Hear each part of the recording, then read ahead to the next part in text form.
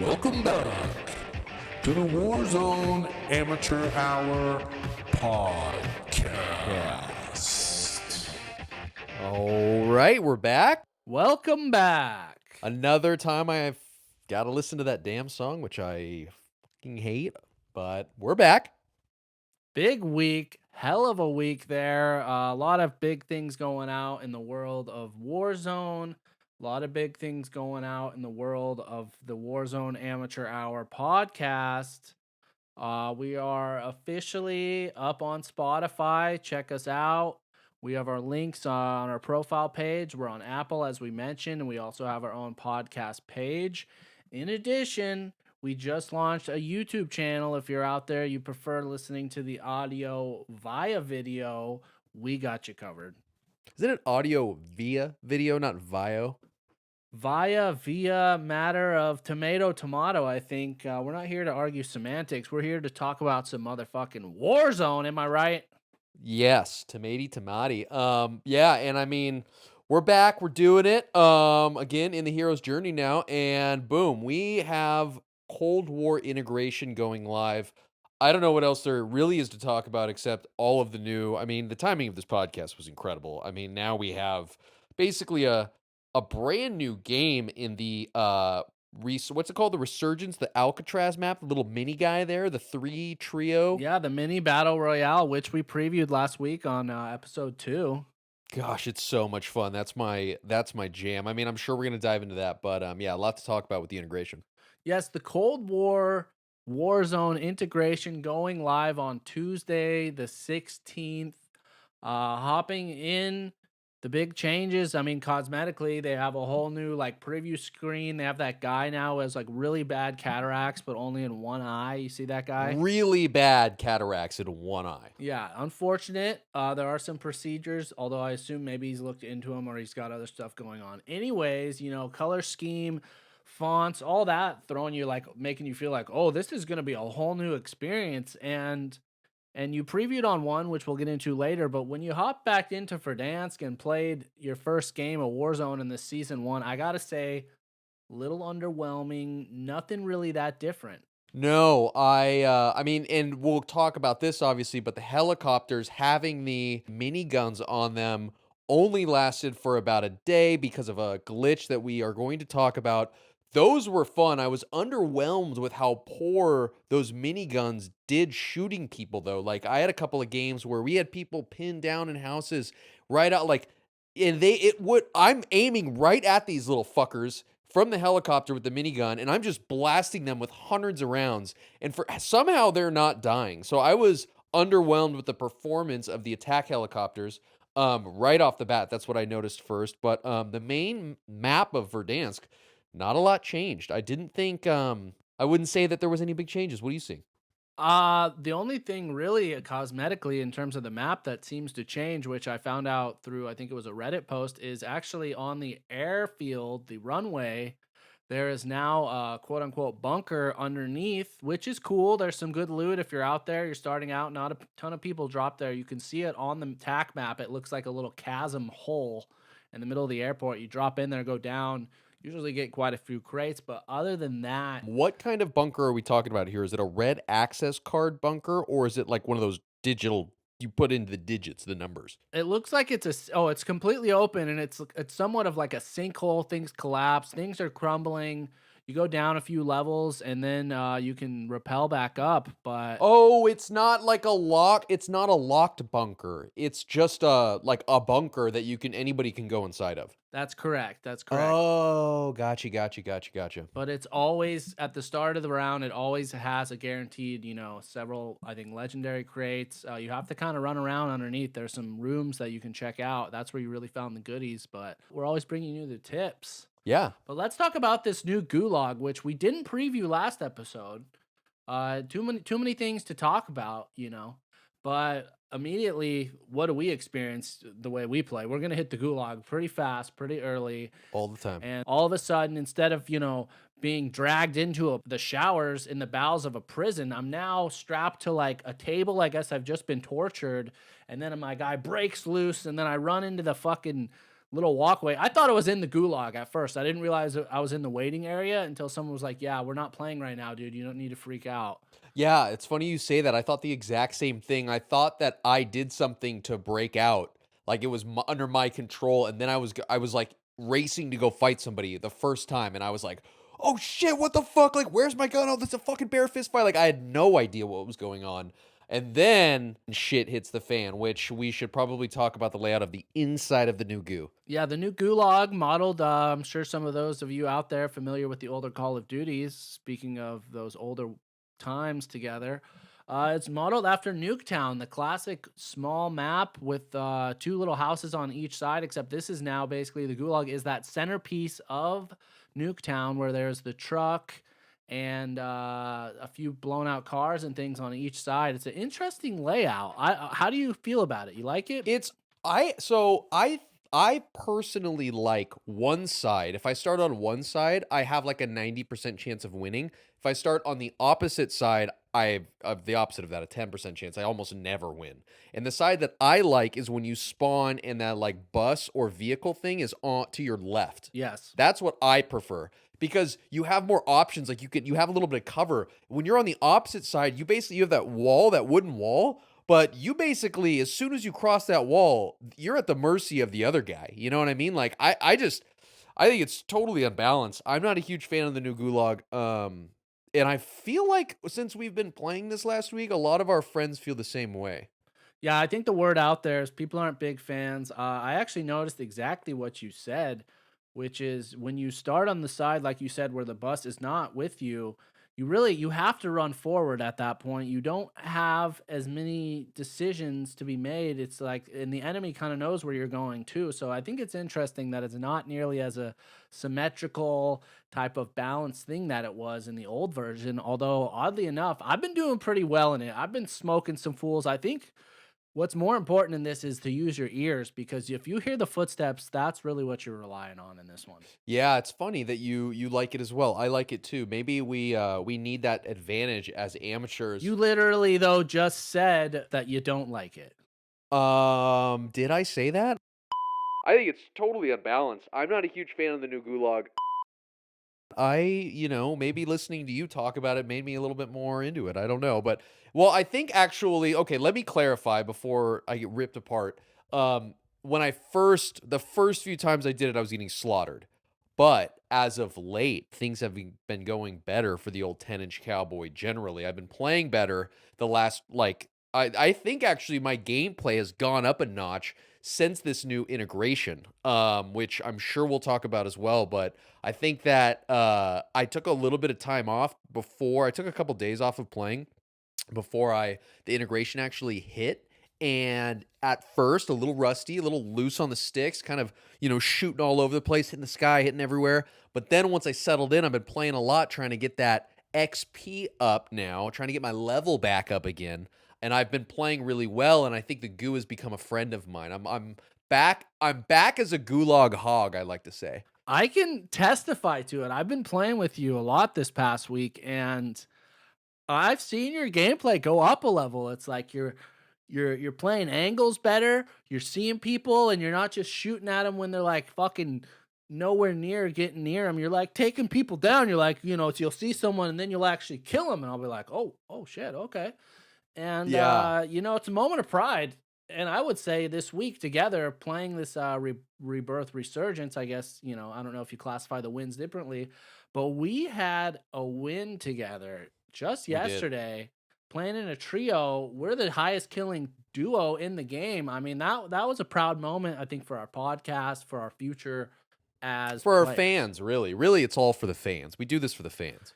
Sometimes those Timmies, those Davids, they get a hold of that rock and they hurl that thing and they hit that bastard in the eye, take him down.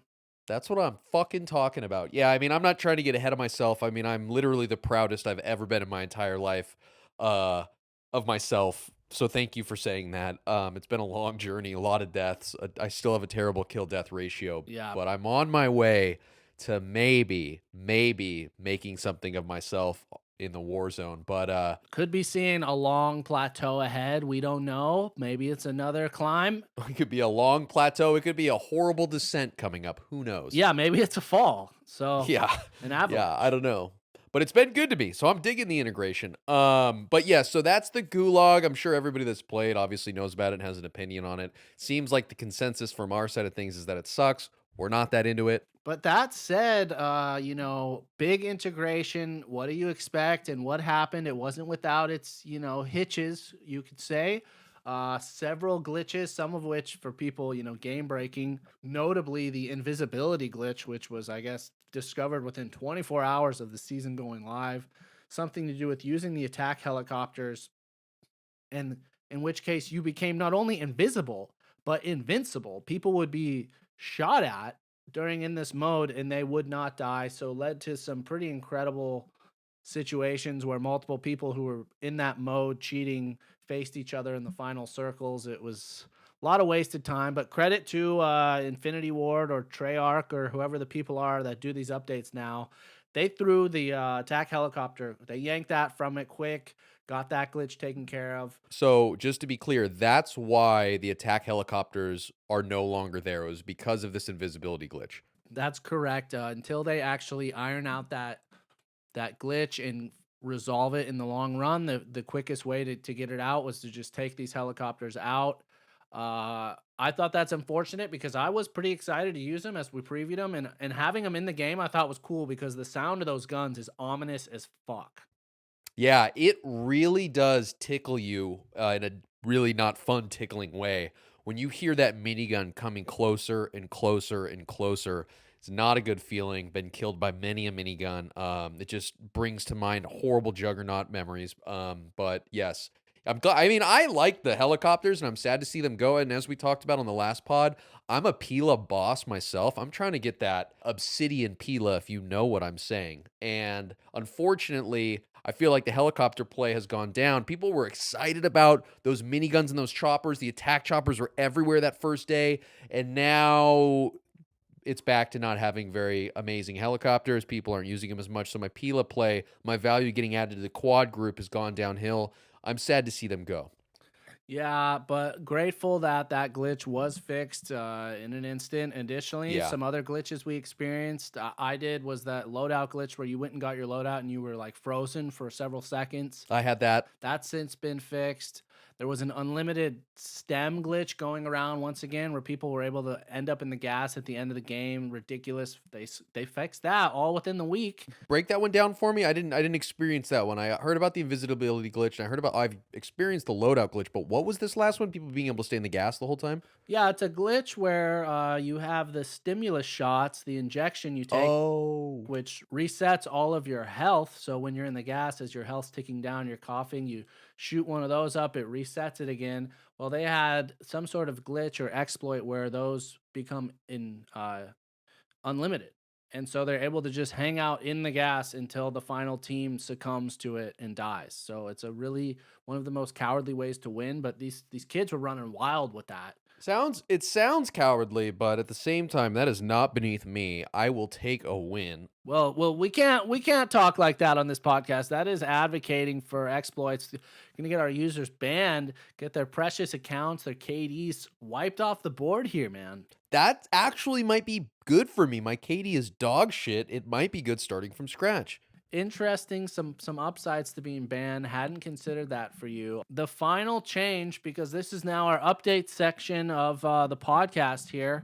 You can expect us to bring you the news related to the Warzone, baby. And the big one there is that the two meta guns that we previewed last week as, the defaults, the R9 shotgun for close range and the Kilo for an all-around AR, both of those were nerfed, and I guess it's referred to as a stealth nerf because they weren't listed in the patch notes, man. They weren't listed. A stealth nerf. Who the fuck do these guys think they are holding that information from us? Then how do people find out about this? They just realize that the Kilo's not doing that good. It's not the same, and the R9, the fire shotgun, just isn't as good. Well, I guess people had supposed that it happened, but then one of the developers tweeted and then later deleted it. But I mean, the internet, once that shit's out there, Oh, yeah. they're taking it and running it. So yeah, he deleted and said, hey, we actually nerfed the R9s. I think it's like the range and something to do with the fire rounds. We forgot to put that in the patch notes, and I guess a kilo's distance nerf damage range or something like that went live a day or two ago, which would have been the 19th or the 18th. And I went online, Jay God, the huge analyst for all things Warzone guns and all that, he seemed to confirm it. So these changes are live. I welcome that. We talked about, variety. We have all these brand new guns. Let's fucking open it up, man. Let's get the arsenal out on the Warzone. Am I right? Yeah, dude, that R9, that's the fire shotgun, right?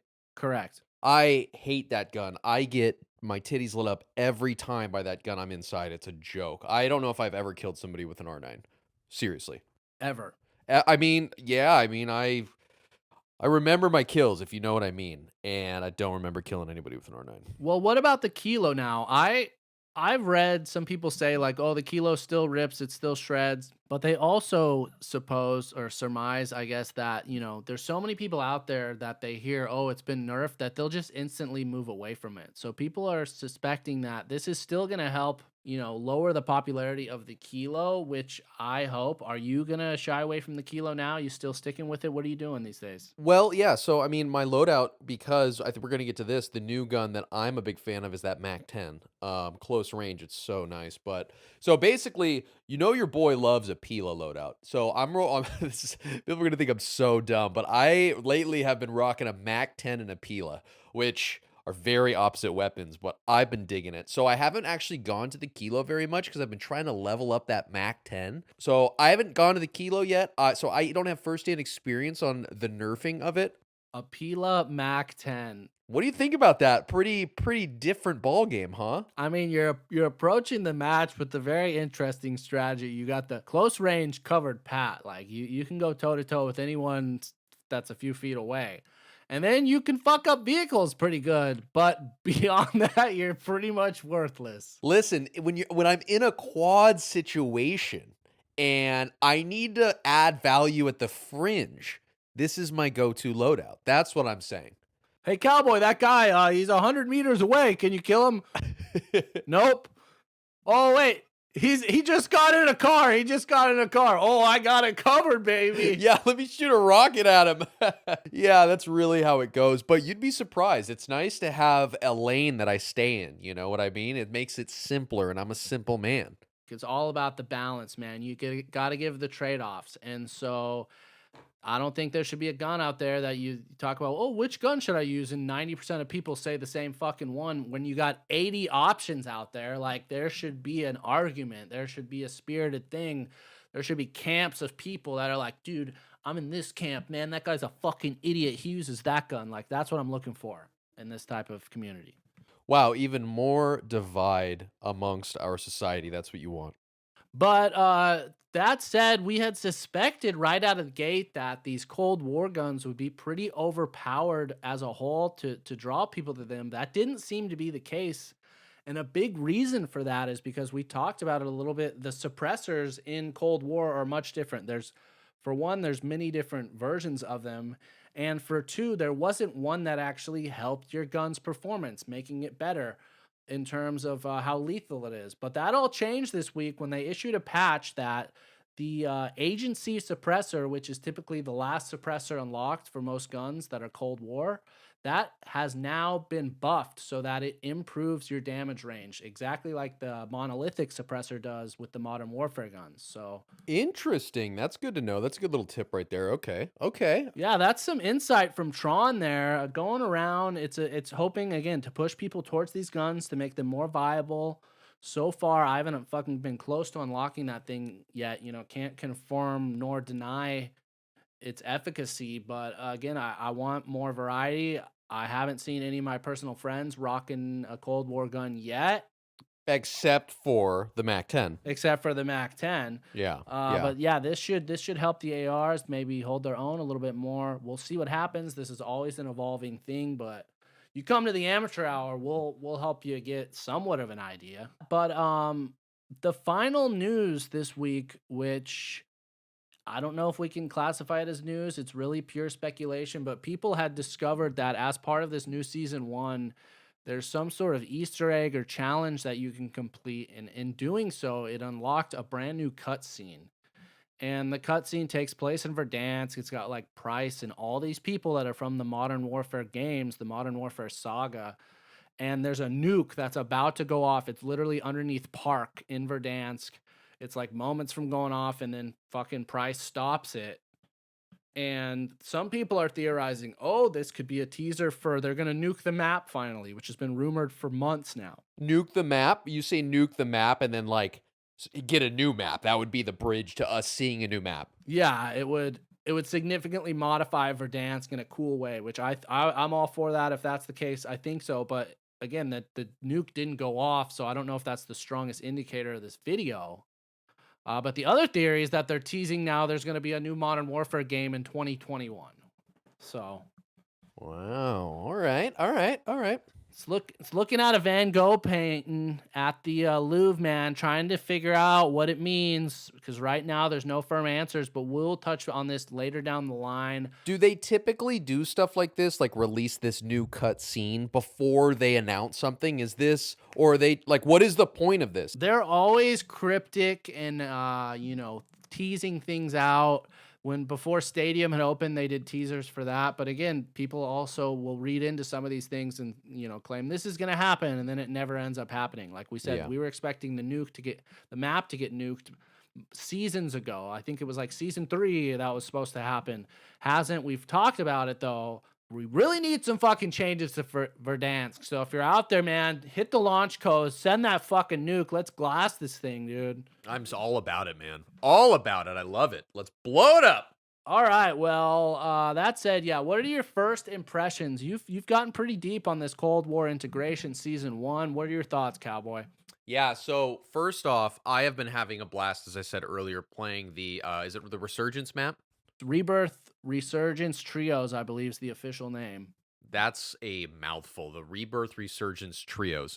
Been having a blast playing that. Actually pulling out a couple of wins here and there, surprisingly. As we touched on earlier, I'm playing probably my best COD of my life right now, and it feels great. And I love the Rebirth because, one, you can rack up kills. You get to try a bunch of different weapons. You're constantly moving, constantly killing, constantly doing stuff. It's really, really fun. It's a smaller map. It's far more, it feels almost like a little bit more like multiplayer, you know? Totally Has a multiplayer feel, which is really fun and a really nice, refreshing change. If you only got like 10 or 15 minutes to get a game in before like a call or a work thing or something like that, you can hop in and just get a game in. I've been really digging that. And for some reason, it's easier and more palatable to play with a stranger on that map, which I've found. A lot of people I play with, for some reason, they don't like playing with strangers, which I think is crazy. But everyone seems to be a little more down to play with strangers on that map, which I like as well. Interestingly enough, though, we previewed it on the show. There was supposed to be some special Gulag, I thought, or did I just completely misread?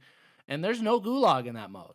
Yeah, there's definitely no Gulag in that mode because you respawn until the very end there. I'm not sure exactly when the cutoff is, but you respawn, so there's no Gulag. Which I think the way they designed the whole mechanics are really awesome. It makes for some fast-paced gameplay. You can get back into it, but you also just can't keep spawning over and over again. Your team's got to kind of hold their own on the map. Yeah, that's the fun part too. Yeah, it's very it's strategic, but it's also quick gameplay, which is really, really fun. So I've been really digging that.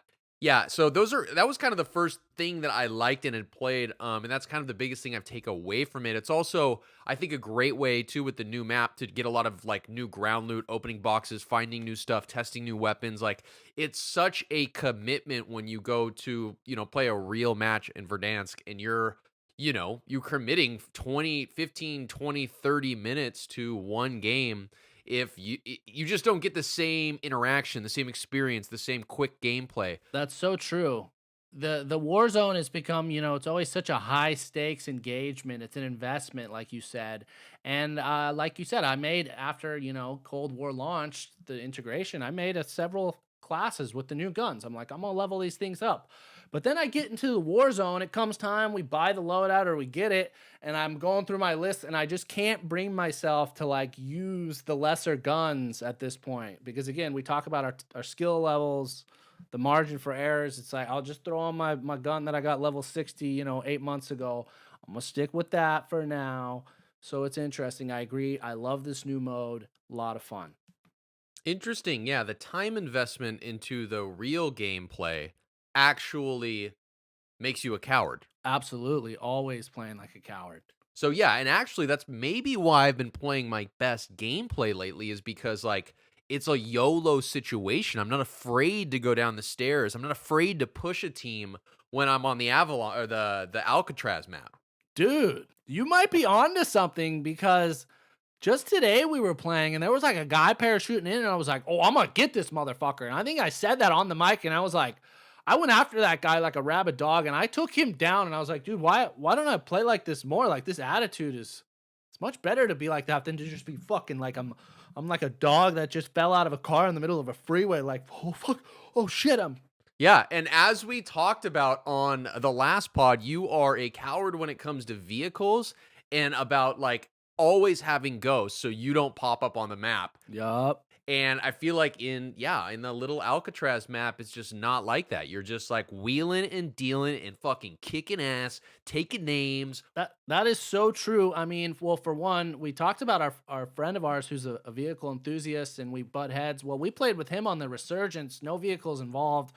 We fucking meshed well, man. It was like we'd been playing for years. We got a win today, didn't we? Yeah, that was exactly. He was our third in that game, so it just shows you. Dude, and that was the easiest win I think I've ever had, right? I mean, my strategy as a COD player, the purest way I played is I love to just hold down buildings, the high stakes buildings. There was always one on a lot of the maps. You going back to the older CODs, it was Summit, it was like Quarry and stuff. And I like to just fucking bury my beak in the sand, a little bit, get my guns out and hold that shit. And that's what we've been doing on the Rebirth Resurgence. Because it's really about in the beginning, it's such a hot mess in the beginning. If you can get your guns and like get a couple of kills, get settled down and like kind of just like hold and figure out where the map is going to go. That's kind of what I like to do in that situation. But yeah, there's a couple of different places I like to go. It used to be headquarters, but it's starting to bounce around a little more. I like mixing it up. But Look at you. Look at you. What? Yeah, I mean, you used to be a man of habit, of knowing where you were. You would have, the older cowboy would have said like HQ headquarters. That's where I go. Anytime we wanted to go somewhere else, you would have shit yourself from fear. But look at you now. Yeah. I mean, listen, I'm a renaissance man of the game. Like I'm refining and opening my horizons at the same time. It's a beautiful thing to watch. But yeah, if you're out there, listeners, we want to hear from you. Like, what's your strategy here for this new Rebirth Island? You like it? Where do you like to drop? What's the move, man? We're always looking to get the best ways to go.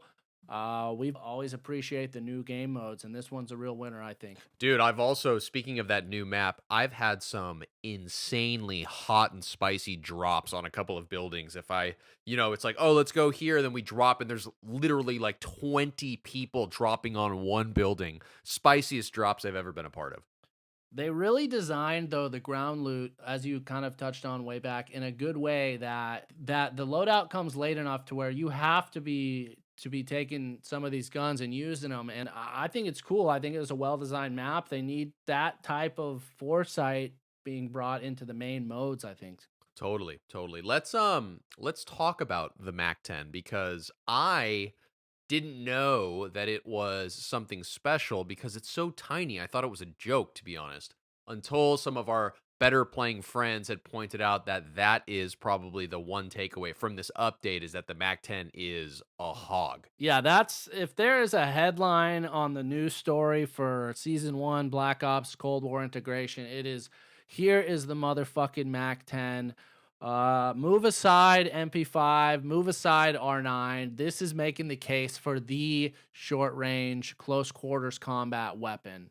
Where are you standing on it? Are you with it, or are you going with something else? Dude, I really like it. Yeah. I mean, I think we had a situation today in our gameplay where we were holding a staircase and this it was from the roof to like the mid level on the smaller map, and these guys just kept funneling in and coming and trying to take us and try to take us.